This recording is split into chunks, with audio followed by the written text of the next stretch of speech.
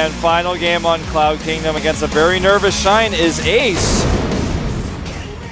And Kaldor introduced their names again. Well, we have our Zerg again in red. He's starting to the bottom left of the map. We're talking about the TSL player, of course. Team Swarm Life. It is TSL Shine. TSL is still in the GSL as well, guys. They are playing at the weekend. They are up against Slayers. Yes, they are. And his opponent, top right, from the team StarTale, which is already out of the GSL, unfortunately, this season, but with the lineup of ZenX players they got, they'll be looking pretty good next season. But this player's ID is... StarTale Ace. Don't forget MVP versus FXO will be this weekend as well, the other semi-finalist matchup. Ace looking intense here, and he's scouting already, of course.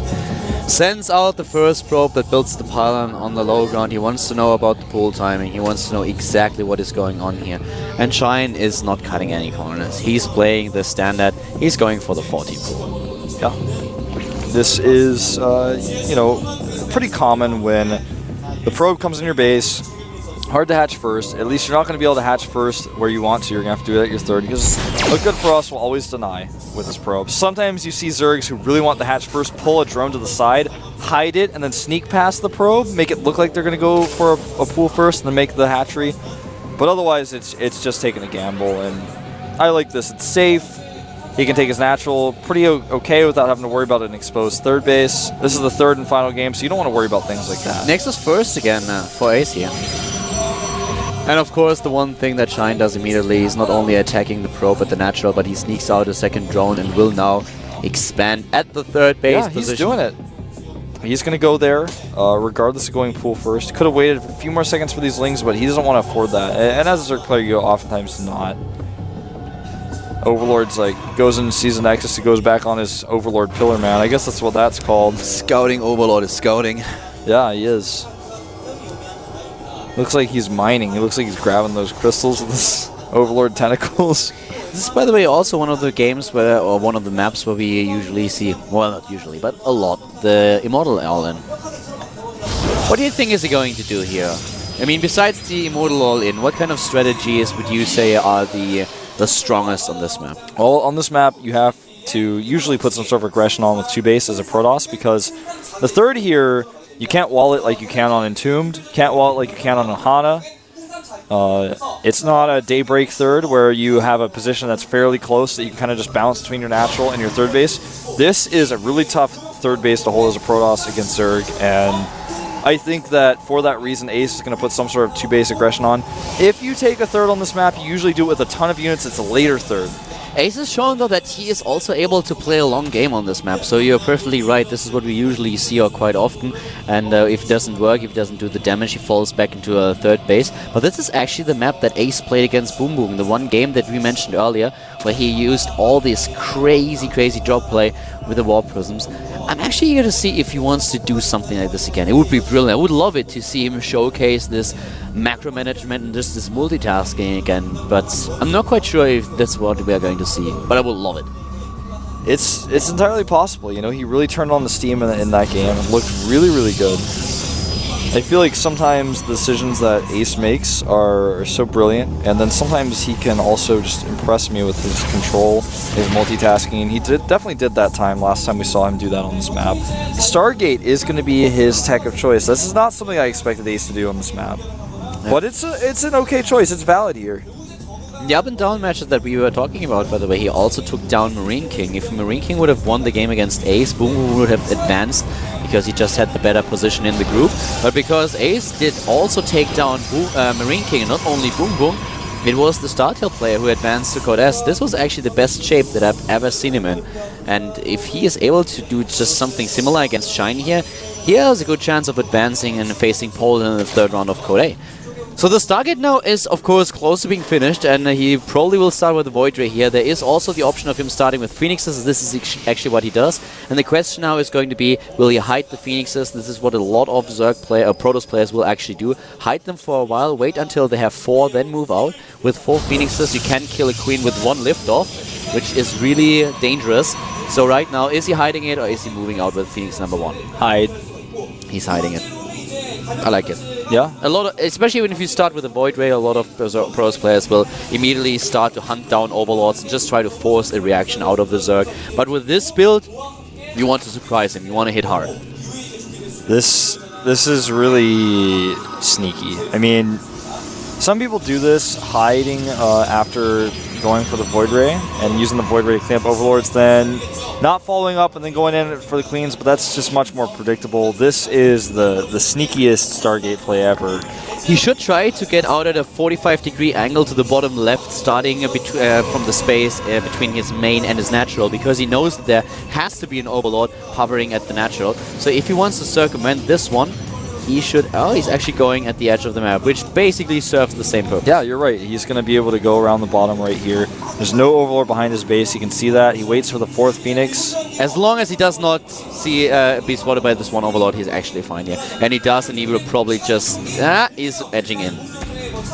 Will be spotted by those units? No, yes. Hard to say, actually. No reaction by Shine. He doesn't know. Oh, there they are. He knows by now. Well, he definitely does know. He already has a Spore Crawler in position, built and all, yeah, but none in the main base. And here we go, the Queen. It dies. As mentioned before, 4 Phoenixes, 1 lift, all he needs. But a Phoenix dies to the Spore Crawler. Yeah, and he's going to go for a few drones here now, as the Spore Crawlers were already up. He blindly made those. He's going to basically not be able to kill any other Queens. He's trying to get what drones he can, but this attack is basically really thwarted by Shine.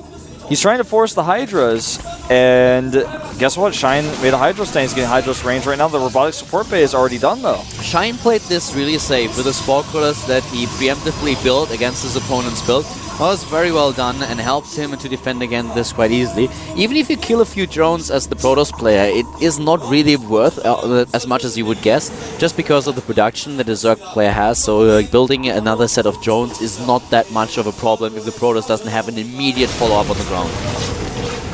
Well, the follow-up on the ground is going to be quite scary in this case. It's going to be those Colossi. It's going to be the additional gateways he added. In total, I want to actually see exactly how many gateways he has. It looks like he's gone up to 6. So he's going to have 6 gateways, 2 Colossi, I think, with this push. I think he's rather going to take a 3rd here, or try to. Yeah. Actually, yeah, you're right. And even though... Small attack at the bottom left, and there's the 3rd base. Even though he forced the Hydras and he's got Colossi, he's going to take a 3rd instead. And this kind of serves a similar purpose, because he knows that even though he's forced the Hydras, is Shine really going to want to attack into a base off of creep with Hydras? Some people try to make this work. They try to use their Overlord Highway to help things out, but it doesn't work very well. He's moving out with that very same push I'm describing right now. He's going to try to get some Phoenixes. Loses the Hydra. Nice control by Ace. Gets the Hydra and gets the Phoenix out. With the 3 bases of a Protoss player is set up in a defensive position, it's not that easy to attack into. Run-bys are more usually the weapon of choice for most Zergs here. The point where it gets really scary is when you try to take a 4th, because then it's really exposed to a lot of pressure. You can have Infestors on the high ground to just either fungal or use the Infestor Terrans, run-bys with Zerglings as well. And this is where Ace has to be really careful. His natural might face a run-by with a few Zerglings, so he has to have a Zealot in position. The same goes for his 3rd base, and it's just a really scary position to be in. And Shine has a bit of a supply advantage here, but A is still looking very strong and at a very decent harvest account with 60 probes. He's in a decent position here. Yeah, I like how he's using these Phoenixes to continue to spot the army of Shine exactly. But now he not only doesn't have the Phoenixes in position, but his observers out of position as well. He has the watchtower, but this is circumvented, so he doesn't know exactly where Shine is. Now he sees these Lings. I don't know if Shine can actually make this attack work. If it trades okay, he has a lot of production, so he can transition behind this and take a 4th base.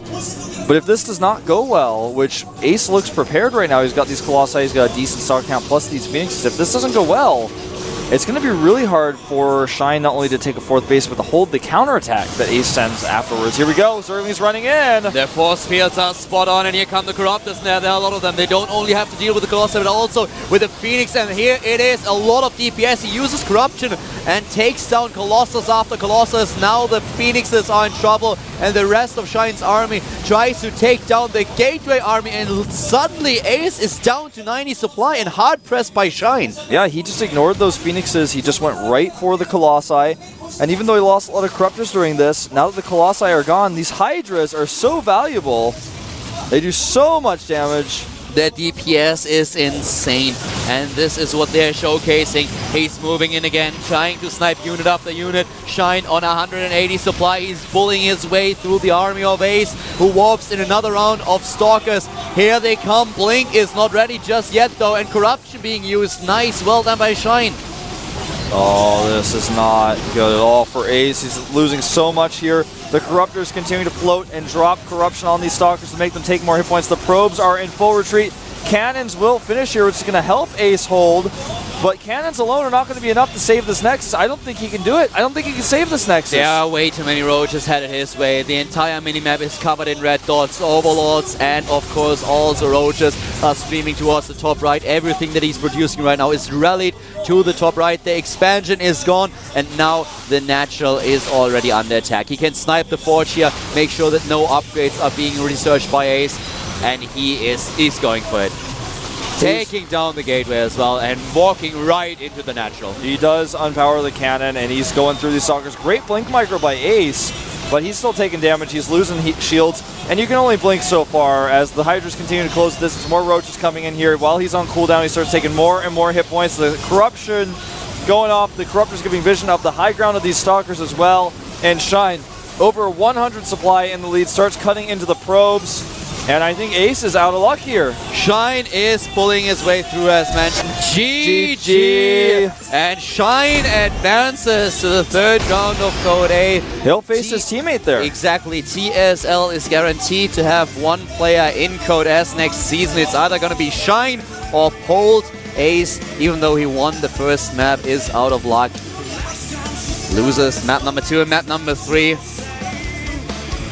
Well, Ace played well in this best of 3. He forced the Hydras there in that second game, but he didn't deal with that big push. The push was not a skimpy Hydra push. It was Hydra Roach with Corruptor. He made the Spire very shortly after he made that Hydra stand. He waited. He got that big unit force up before attacking. Sometimes Zerg players will panic. They'll see the 3rd base with the going up, and they'll think, well, I made a lot of Hydras. I've got to hit him now because I spent a lot of resources on this. But he kept the Hydras alive. He was patient, went in with everything he needed, and killed that Nexus, kept pushing all the way through. It sounds like a stupid thing to point out, but lately we've seen a lot of Zerg players who didn't do it, so I really loved that Corruption was used the entire time by the Corruptors, even though the Colossi were already gone.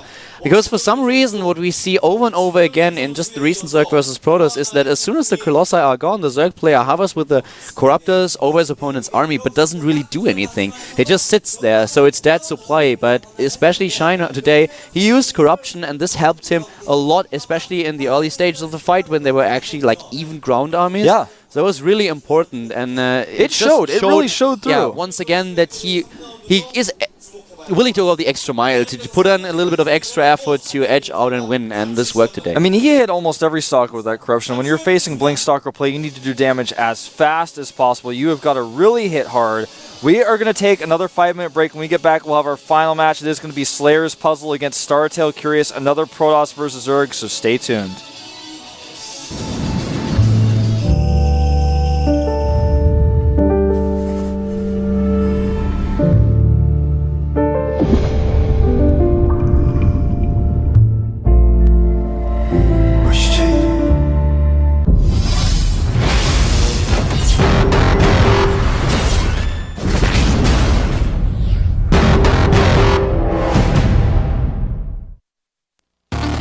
무슈제의 GSL 부산 결승 트로피의 주인공을 만나러 갑니다.